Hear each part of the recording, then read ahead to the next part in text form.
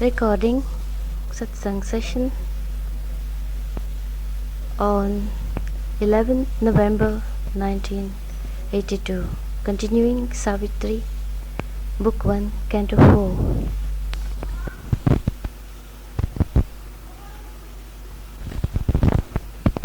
We are still speaking of the world creators. Above the world creators stand, attentive to an unseen truth. They seize a sound as of invisible ogre wings. They are always tuned to some truth which is not visible, which is unseen.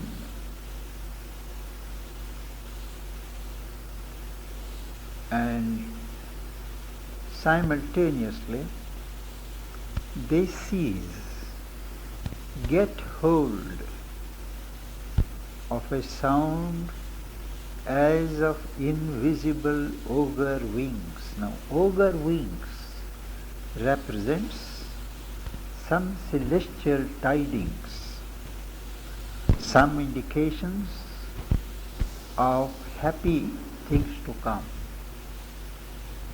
There is a sound of invisible wings ogering felicities.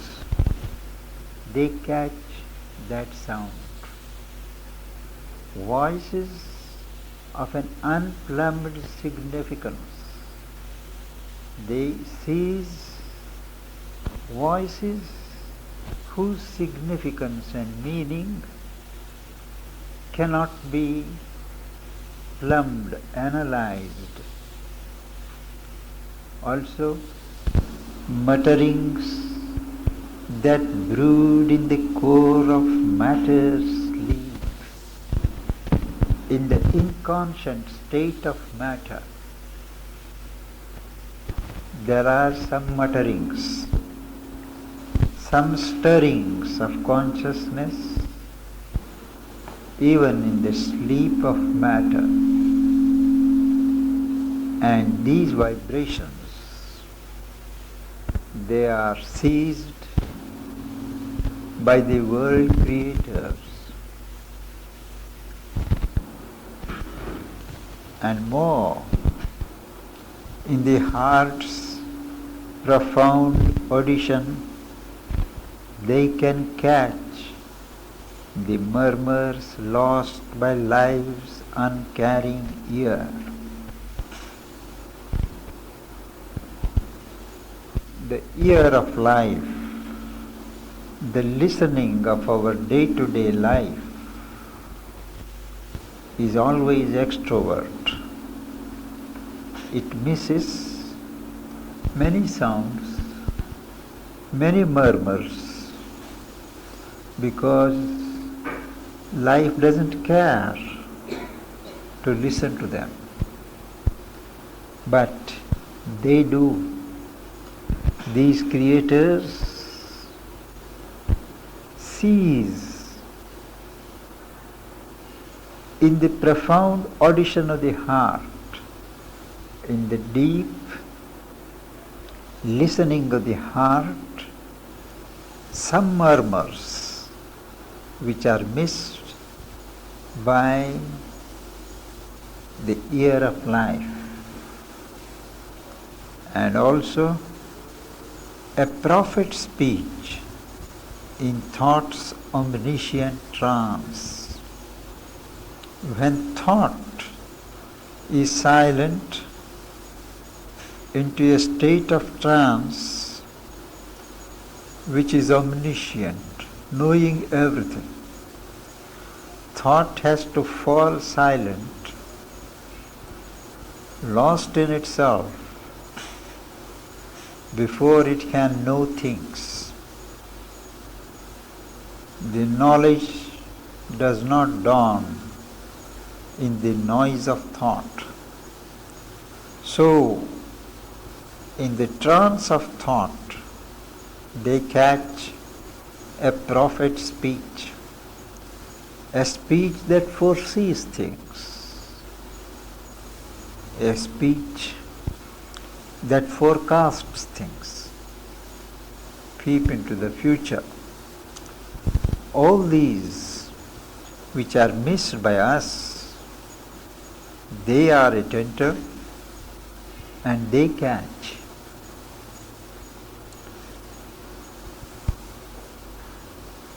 Above the illusion of hopes that pass, their sight is always above the illusions that pass. Behind the appearance and the overt act, appearances and surfaces of things, but they look behind. And the overt act, the external act, behind the clockwork chance and vague surmise, we call it chance, but it is so regular, so frequent, it has an almost clock-like regularity. Now, behind the workings of chance, behind our vague surmises, amidst the wrestle of force, the trampling feet, our life is a field of the clash of forces. Amidst that wrestling, clash of forces and possibilities, amidst the trampling feet of circumstance, across the triumph, fighting and despair, they look beyond fighting, despair, triumph. They watch through all these, they watch for something, and that is the bliss for which earth's heart has cried. The heart of earth has been crying for this unadulterated bliss. Now, where is that bliss? They know. They watch. How far is that? Where is it? On the long road which cannot see its end. The earth is traveling on the long road. The road does not see its goal, winding undetected through skeptic days. Skeptic days is, we don't believe. We are very skeptical when we are told that great things await us, that there is a glory, that there is a bliss, which we are going to get ultimately. Now, through all these suspicions, full of skeptical thoughts and vibrations, the road winds undetected, and to meet it guide the unheedful moving world. This world cries for bliss, but it does not know where to turn. It is not even attentive. It just goes mechanically. But these world creators always have an eye on that bliss, and they guide this earth, though it is unattentive, to meet that bliss. That is to say, despite all discouraging circumstances, happenings, the creators guide the world towards the bliss which the earth seeks for. And it is as a result of these purposive actions of the world creators, thus will the masked transcendent mount his throne. The transcendent, the supreme Purusha, the supreme divine, who is now masked, covered amidst these appearances, he will mount his throne. He has not yet got on his throne, the throne is empty. He has to mount through these evolutionary steps. But nevertheless, despite the delay, the masked transcendent will mount his throne. When darkness deepens, strangling the earth's breast, when things get too depressed, when things are too dismal, and darkness strangles the breast of earth, suffocating it in the process, and man's corporeal mind is the only lamp, corporeal, physical, the only guide, the only lamp in this hour of distress is the limited physical mind of man.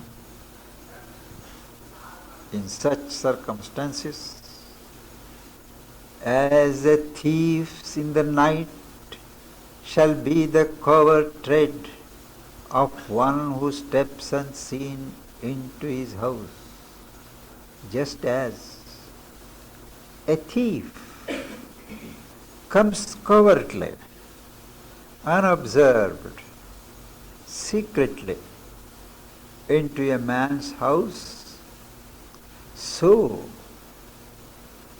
shall he, the divine, step unseen into his house. When man is lost in his depression, when he is being led and misled by his corporeal mind, unseen by him, unnoticed by anyone, God shall come into his house unseen. And at that time, a voice ill heard shall speak, the soul obey. We may not hear, we may hear indistinctly, but a voice shall speak, which the soul obeys. Your nature may or may not obey. A power into mind's inner chamber steal, a higher power, a new power will steal into the inner chambers of the mind, what Sri Aurobindo calls the subliminal mind. The physical mind is out of question. A charm and sweetness open life's closed doors. The doors of life which are closed to all these will be opened by a charm and sweetness. Charm, something attractive, fascinating, and sweetness. They shall open the closed doors of life, and beauty conquer the resisting world. This world resists beauty. It wants to wallow in its ugliness. But with the stealthy stepping in of God, beauty shall conquer the resisting world. The defenses of the ignorant world fall, and beauty shall get the supremacy. The truth light capture nature by surprise. Nature is busy moving about false lights, darkened lights, but it is overtaken by the light of truth when it least expects it.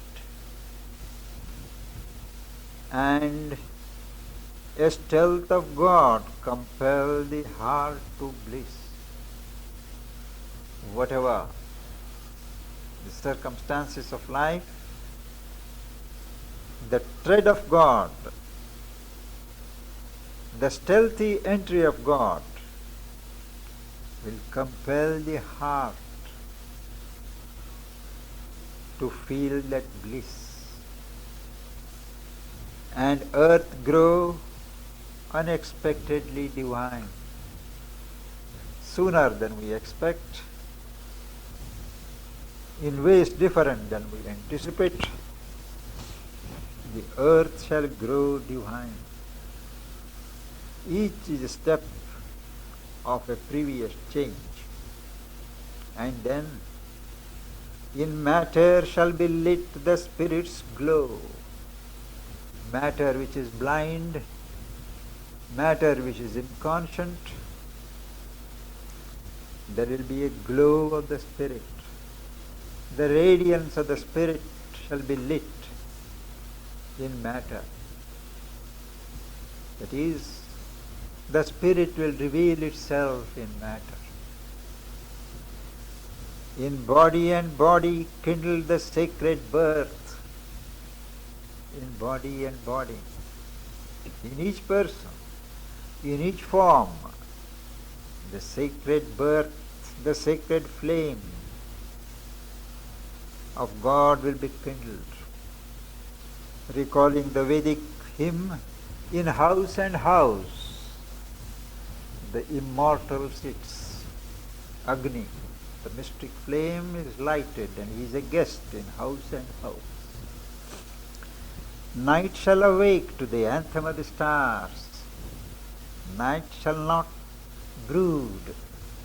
Night shall not go asleep. It will awake to the music of the stars. The days become a happy pilgrim march. If the days awake to the music of the stars, the days become a happy pilgrim march. Pilgrimage. March with a purpose, with a sacred destination. Each day becomes a step further towards the goal. Our will, a force of eternal power.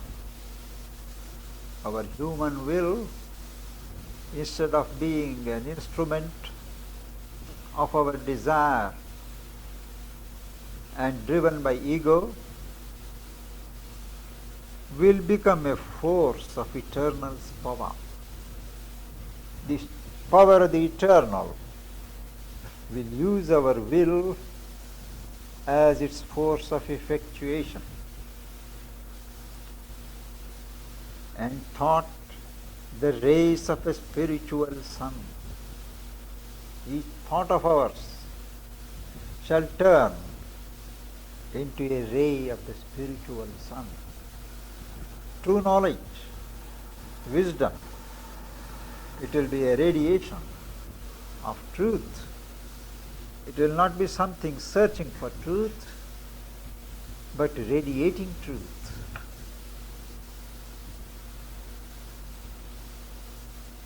Thus, a few shall see what none yet understands.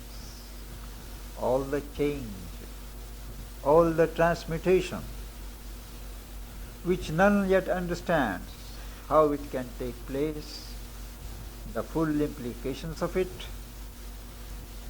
a few shall see. Those who are awake, those who are awakened,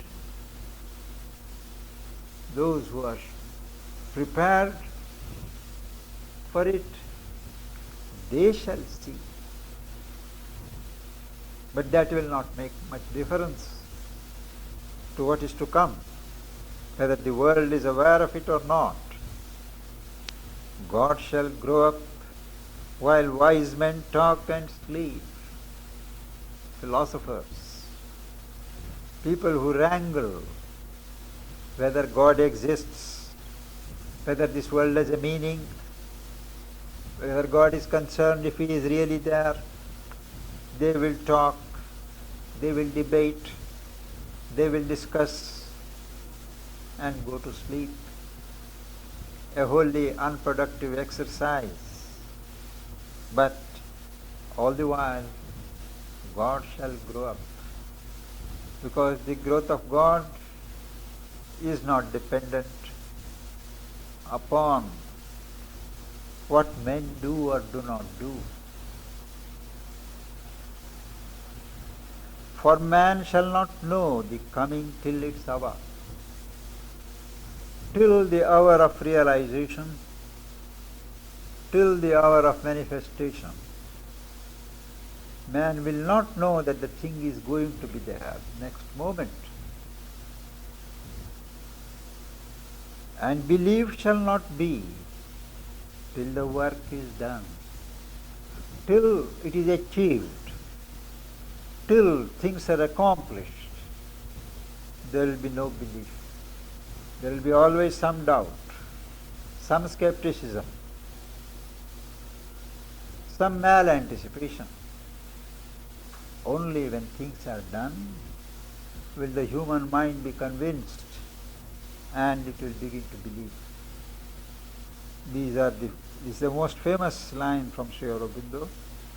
God shall grow up while wise men talk and sleep. Mother refers to it number of times, and I think she has translated also, I think, this canto in French. To read once again. Attentive to an unseen truth, they seize a sound as of invisible ogre wings, voices of an unplumbed significance, mutterings that brood in the core of matter sleep, in the heart's profound audition. They can catch the murmurs lost by life's uncaring ear, a prophet's speech in thought's omniscient trance.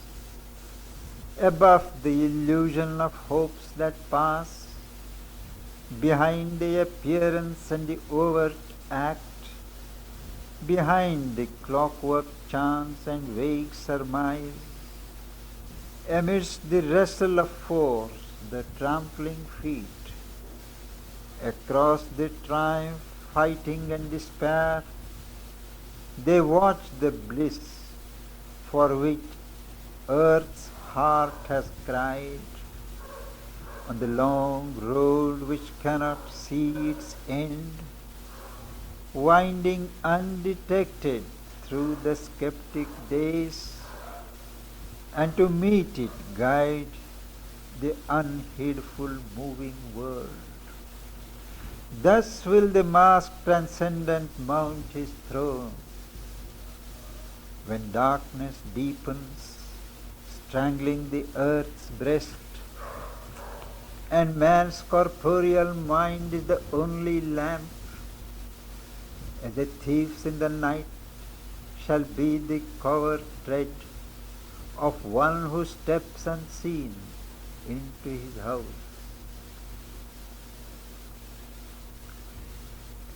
A voice ill-heard shall speak, the soul obey.